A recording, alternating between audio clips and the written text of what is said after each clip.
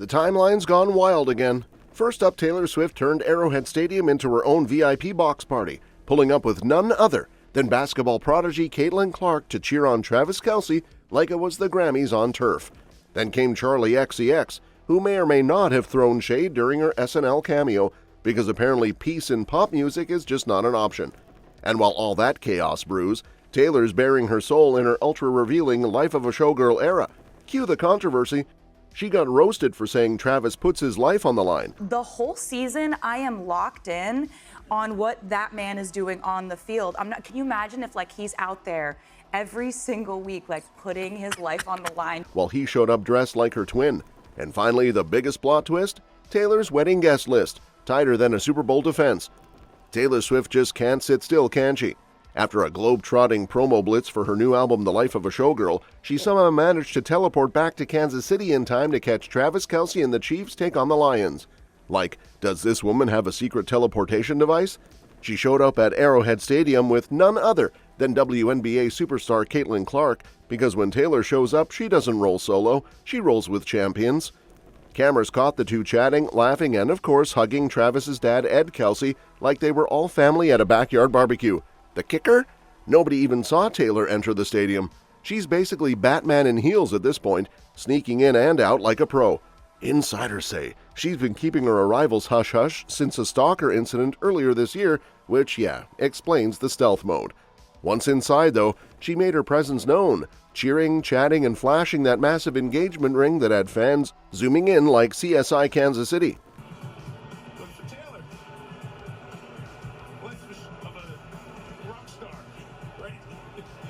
Travis, clearly fueled by love and maybe a few Taylor songs stuck in his head, gave her plenty to cheer for.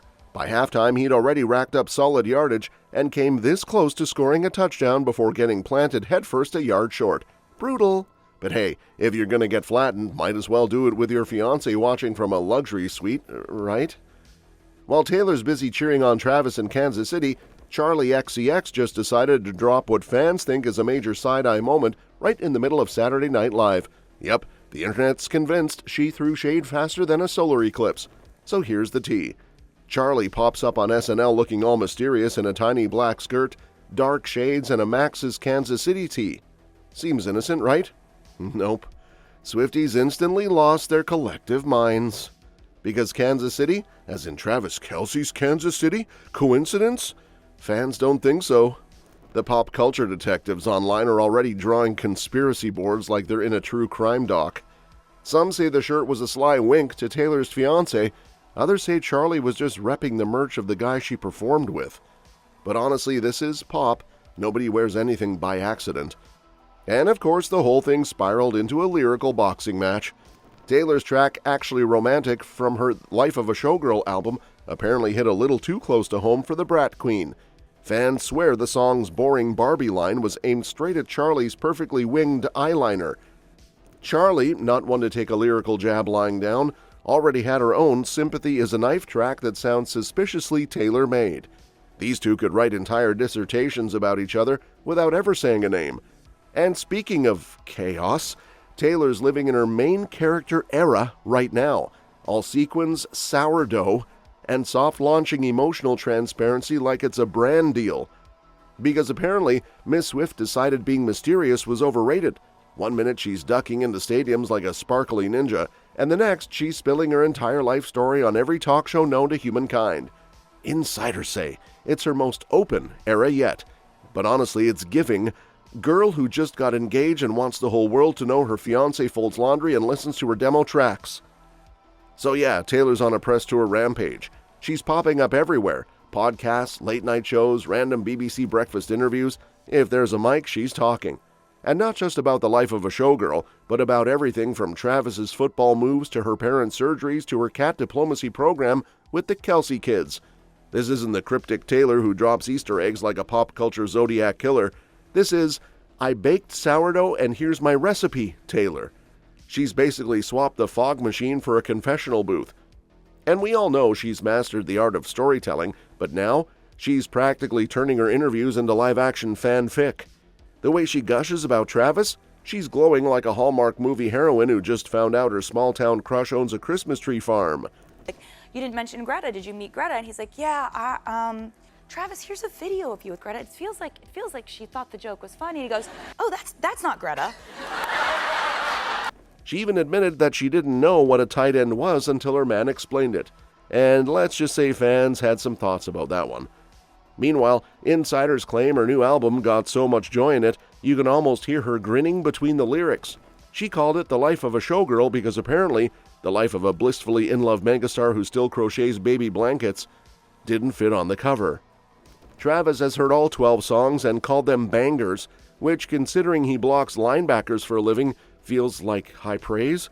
But the best part, Taylor's totally unbothered by the critics dissecting her lyrics like it's AP literature. She's saying she welcomes the chaos, which, coming from the woman who survived Kanye, Scooter, and 1,000 fan theories, sounds like the understatement of the century. Anyway, speaking of understatement, Taylor just managed to drop one of the most overstated comments of her career, and the internet's been eating it up like free pizza at a college dorm. There she is on Fallon's couch, rocking her engaged but make it fashion vibe, chatting about the life of a showgirl when Jimmy brings up that viral Super Bowl halftime rumor. Everyone's been speculating she turned it down because she didn't want any awkward camera angles or replay memes. But Taylor shuts that theory down faster than a stadium light switch. She insists it wasn't some big dramatic snub. She just can't imagine picking choreography while her man's out there, quote, putting his life on the line. The whole season, I am locked in on what that man is doing on the field. Can you imagine if he's out there every single week, putting his life on the line? Jay-Z has always been very good to me. Yes. Our teams are really close. They sometimes will call and say, how does she feel about, yeah. And that's not an official offer or an official or a conference room conversation. It's just a our feeling teams out. are really close. How does she feel about it in general? And we're always able to tell him the truth, which is that I am in love with a guy who does that sport on that actual field. That is violent chess. That is gladiators without swords. That is dangerous. And oh boy, that's when the internet collectively lost its chill. Swifties were like, "Aw, supportive queen," while the rest of Twitter went, he's playing football, not storming Normandy. Memes started flying immediately. One had Travis in gladiator armor. Another compared him to a firefighter rescuing cats from trees. Some people called her dramatic. Others were defending her like she was protecting the last donut. Insiders say Taylor didn't mean it literally, but let's be honest, subtlety isn't exactly Taylor's strong suit. And she's not totally wrong.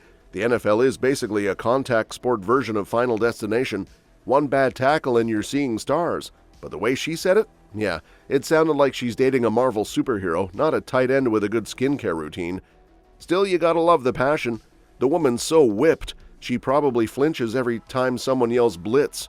But apparently Travis is just as dramatic in his own way because he decided to stroll into Arrowhead looking like he walked straight out of Taylor's closet. Seriously, these two are matching outfits like they're auditioning for a JCPenney holiday ad. So picture this. Game day, Arrowhead Stadium, crowds roaring, and here comes Travis Kelce, all 6'5" of him, rocking a plaid Louis Vuitton shirt, light pants, and those tinted shades that say, yeah, my fiance's Taylor Swift and I moisturize. And fans instantly go, hold up, that's giving Taylor core. Because just days earlier, she was spotted in New York serving a near-identical vibe. Plaid skirt, knee-high boots, black long sleeve, and that iconic red lip that could probably start a car. Coincidence? Please. These two are syncing outfits like they share a stylist and a Pinterest board. Insiders say Travis wanted to give a nod to his future missus before the Sunday Night Football showdown, and honestly, it's adorable. Like this man tackles linebackers for a living, but still finds time to coordinate his color palette. Somewhere a stylist's crying tears of joy. But that joy probably won't extend to half of Hollywood, because word on the street is Taylor's wedding guest list is tighter than TSA security. Yup, insiders claim the queen of invitations and Easter eggs is about to pull the ultimate power move by not inviting a whole bunch of famous faces to the biggest I do since royal weddings were a thing. Apparently, while everyone and their PR manager is hoping to snag an invite, Taylor's not turning her big day into the Met Gala. Reports say she and Travis want it small, intimate, and, get this, drama-free. So yeah, that means a few ex-friends and ex-flings are allegedly getting the silent treatment. Blake Lively? Out. Justin Bieber? Nope. Katy Perry? Thanks, but no encore. And if you're Kim Kardashian or Meghan Markle, you might want to keep your weekend open for literally anything else. Insiders claim the vibe Taylor's going for is only people who'd actually bring a casserole if asked, not people who'd bring paparazzi. Basically, if you've ever thrown shade, written a cryptic tweet, or even blinked suspiciously during Reputation era, congratulations, you're probably not on the list. One source joked that the guest list is shaping up to be the ultimate pop culture Hunger Games. Who's cool enough to make the cut and who's getting left on read? Confirmed Inner Circle names? Selena Gomez, obviously. That friendship's indestructible.